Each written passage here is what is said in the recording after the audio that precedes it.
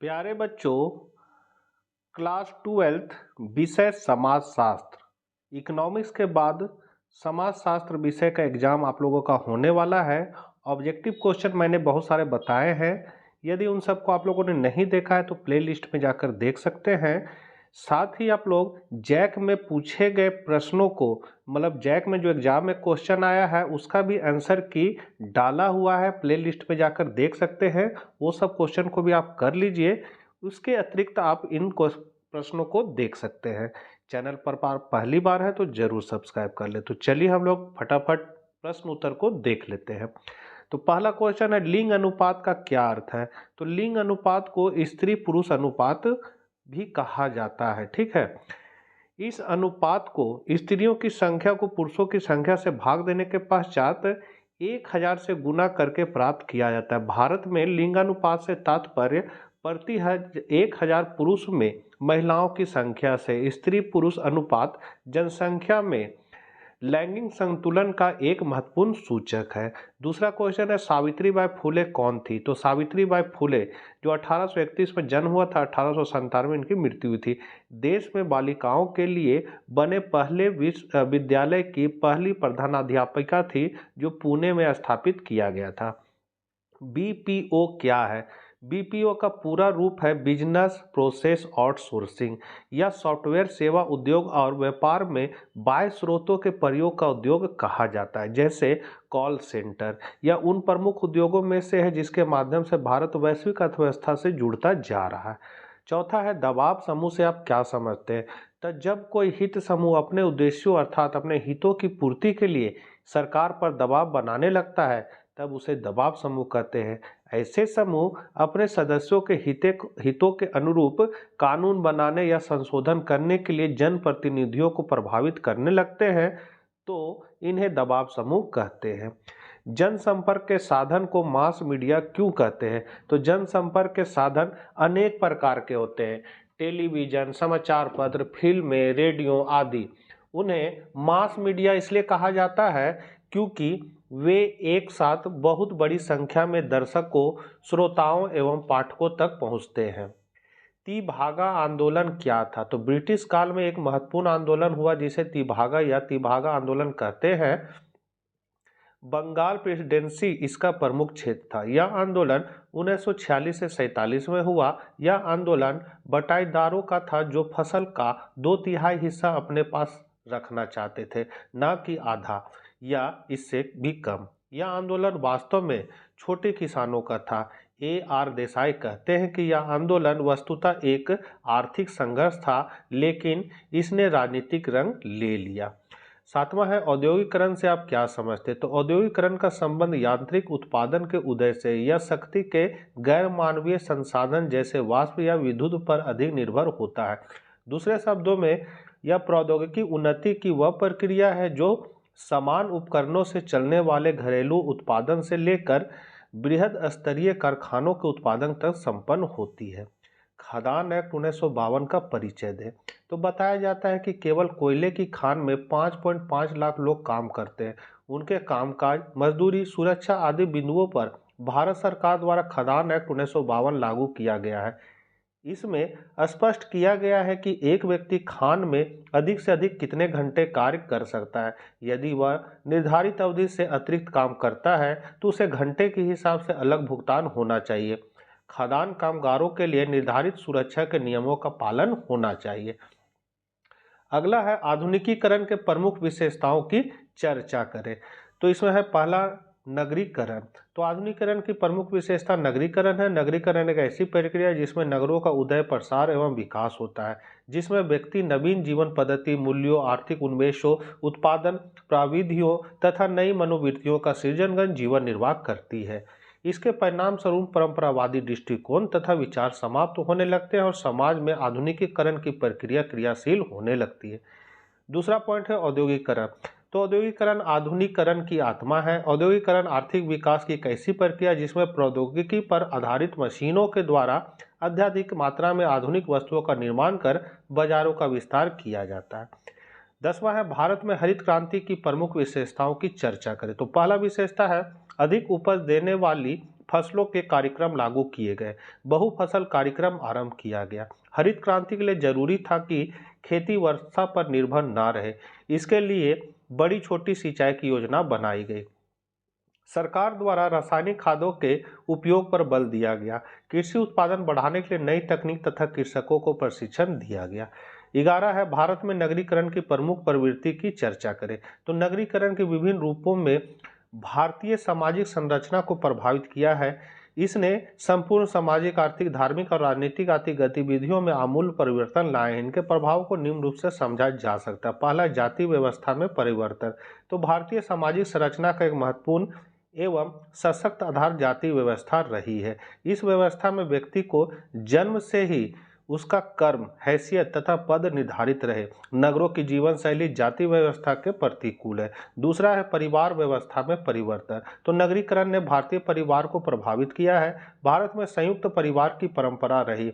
इसका आधार विभिन्न पीढ़ियों के सदस्यों का एक साथ रहना, एक साथ खाना, संपत्ति का संयुक्त होना, संस्कारों में एक साथ भाग लेना आदि है।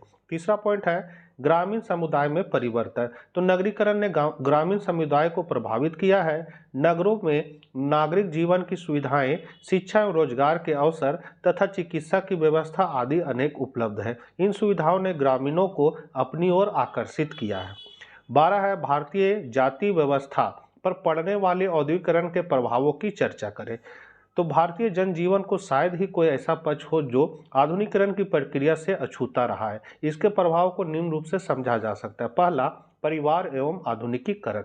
आधुनिकीकरण ने भारतीय परिवार को काफी प्रभावित किया है। आज संयुक्त परिवार के स्थान पर छोटे छोटे एकांकी परिवार बन रहे हैं। परिवार में सामूहिकता की जगह व्यक्तिवाद उभर रहा है।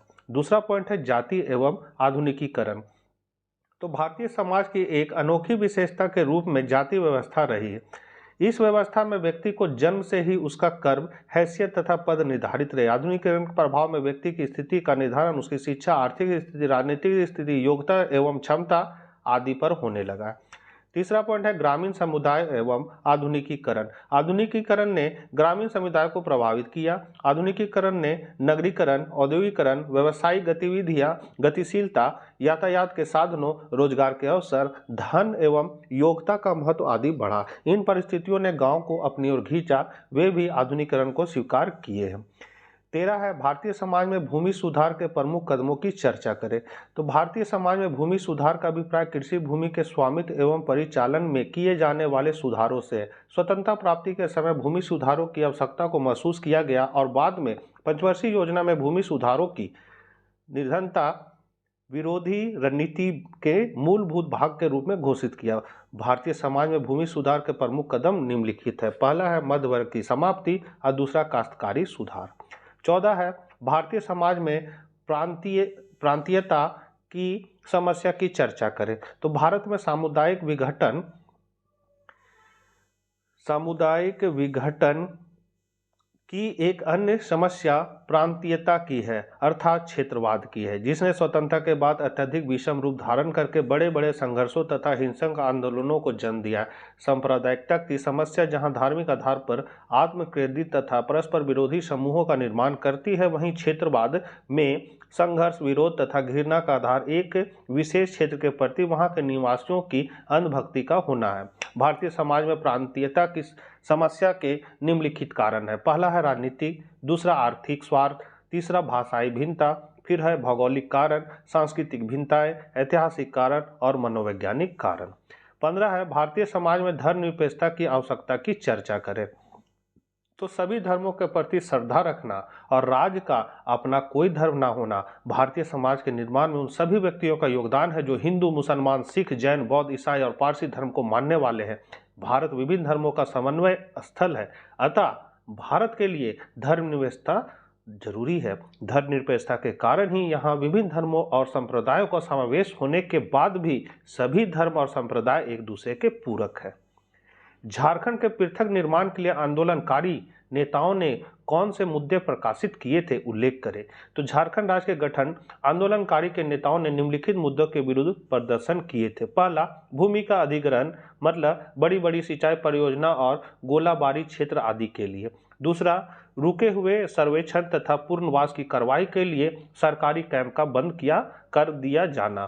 तीसरा है ऋणों, किरायों तथा सहकारी विभाग से प्राप्त कर्जों की वसूली का प्रतिकार करना। चौथा है वन उत्पाद का राष्ट्रीयकरण का निरंतर बहिष्कार करना। पांचवा है सभ्यक विकास का नहीं होने का तर्क, भेदभाव की नीति का प्रतिरोध। यहाँ से आपका दीर्घ उत्तरीय प्रश्न है, तो महिला आंदोलन पर एक समाजशास्त्रीय निबंध लिखे। तो ये निबंध देख सकते, थोड़ा सा लंबा है बच्चों, इसको हम धीरे धीरे बढ़ा दे रहे हैं।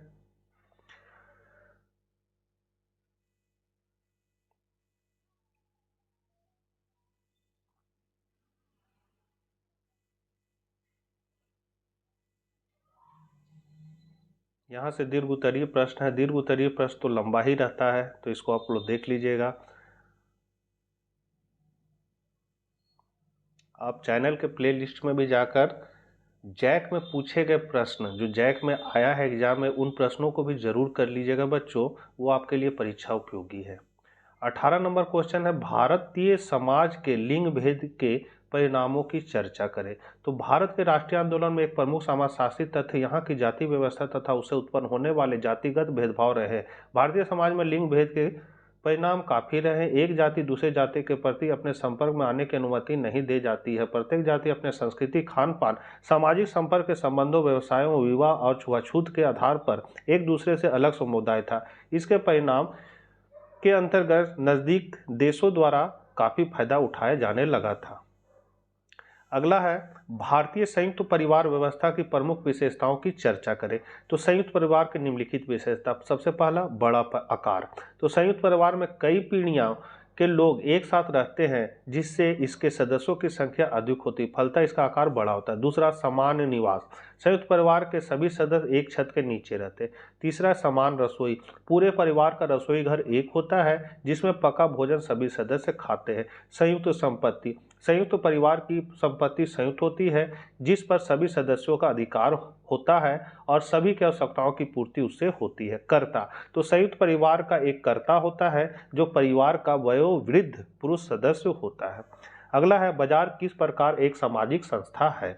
तो बाजार के विभिन्न पक्षों को इस संपूर्ण विवेचना से स्पष्ट होता है कि बाजार सभी तरह के सरल, जटिल और आधुनिक समाज की विशेषता रहा है। अर्थशास्त्री यहाँ यह मानते हैं कि बाजार और अर्थव्यवस्था से व्यक्ति का सामाजिक जीवन प्रभावित होता है। वहीं दुर्खी, मैक्स वेबर और अनेक दूसरे समाजशास्त्रियों ने यह स्पष्ट किया है कि विभिन्न सामाजिक मूल्य, धार्मिक विश्वास और पारिवारिक दशाएं आर्थिक प्रक्रियाओं को प्रभावित करती है। यह रूप समाजशास्त्री बाजार को एक सामाजिक संस्था के रूप में स्पष्ट करते हैं। इस संबंध में निम्नांकित बिंदुओं के आधार पर एक सामाजिक संस्था के रूप में बाजार के औचित्य को समझा जा सकता है। मनुष्य का जीवन जब बहुत सरल और आदिम था, तब भी जीवन यापन के लिए आर्थिक क्रियाएं करते थे। उस समय भी वस्तुओं की अदला बदली के रूप में विनिमय का कार्य होता था। हाटों और मेलों के रूप में बाजार का समय और स्थान सुनिश्चित था। उस समय सभी आर्थिक क्रियाओं जनजातियों के सामाजिक संगठन और मूल्यों के आधार पर निर्धारित होती थी। दूसरा है बाजार व्यवस्था आर्थिक लाभ और प्रतिस्पर्धा के नियमों पर आधारित होती है। किसी भी समाज में आर्थिक प्रतिस्पर्धा और लाभ समाज के नैतिक नियमों से प्रभावित होते हैं। नैतिक नियमों को छोड़कर की जाने वाली प्रतिस्पर्धा एक तरह का कानूनी विरोधी कार्य है। तीसरा है आज सभी बाजार श्रम विभाजन की प्रक्रिया पर आधारित है। जैसे जैसे छोटे और सरल बाजार बड़े और जटिल बाजारों में बदलते जा रहे हैं, श्रम विभाजन की प्रक्रिया का भी विस्तार होता जा रहा है। चौथा पॉइंट है वर्तमान युग में बाजार का रूप बैंकिंग प्रणाली, शेयर बाजार तथा बड़ी बड़ी कंपनियों की आर्थिक क्रियाओं के रूप में देखने को मिलता है। इन सभी क्रियाओं पर आयकर, बिक्री कर, सेवा कर और बहुत से दूसरे नियमों के द्वारा नियंत्रण रखा जाता है। 21 है नातेदारी की श्रेणियों की व्याख्या करें। तो व्यक्ति अपने रिश्तेदारों के साथ समान रूप से निकटता नहीं रखता है। कुछ नातेदार को सामाजिक व्यवहार में अत्यंत निकट और आत्मीय माना जाता है, जबकि दूसरे के साथ कम निकटता होती है। आत्मीयता अथवा निकटता की मात्रा के आधार पर नातेदारी की श्रेणियां बन जाती है। इस प्रकार नातेदारी को हम निम्न श्रेणियों में रख सकते हैं। पहला है प्राथमिक नातेदारी। तो आमने सामने की प्रत्यक्ष रिश्तेदारी को प्राथमिक नातेदारी कहा जाता है। पिता और पुत्र, पति और पत्नी, भाई और बहन, भाई और भाई, माता और पुत्र, माता और पुत्री, बहन और बहन, ये संबंध प्राथमिक नातेदारी के संबंध कहलाते हैं क्योंकि इसमें परस्पर प्रत्यक्ष संबंध होता है। द्वितीयक नातेदारी, तो व्यक्ति के प्राथमिक नातेदार या स्वजनों के प्राथमिक स्वजन उसके लिए द्वितीयक स्वजन या द्वितीयक नातेदारी होते हैं। जीजा एक द्वितीयक नातेदार है क्योंकि वह बहन मतलब प्राथमिक का प्राथमिक स्वजन है। इसी प्रकार चाचा व्यक्ति का द्वितीयक रिश्तेदार है क्योंकि वह उसके पिता का प्राथमिक स्वजन है। ये ऑब्जेक्टिव में क्वेश्चन पूछता है बच्चों। तीसरा है तृतीयक नातेदारी, तो प्राथमिक स्वजन का द्वितीयक नातेदार अथवा द्वितीयक नातेदार का प्राथमिक नातेदार व्यक्ति का तृतीय नातेदार होता है। जैसे माता की बहन का पति मौसा व्यक्ति का तृतीय नातेदार होता है तथा जीजा की बहन व्यक्ति का तृतीय रिश्तेदार बन जाती है। 22 नंबर है बाल श्रमिक निषेध एवं नियमन अधिनियम 1986 के अंतर्गत व्यवस्थाओं का मूल्यांकन करें।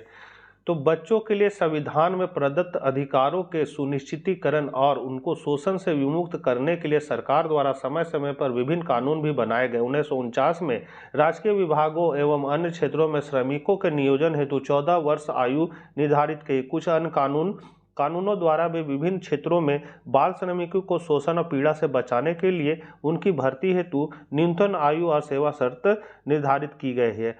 इसमें बागान श्रमिक अधिनियम 1951, मोटर परिवहन अधिनियम 1961, बीड़ी सिगरेट सेवा शर्त नियोजन अधिनियम आदि प्रमुख है। बाल श्रमिकों के संबंध में विस्तार से अध्ययन करने हेतु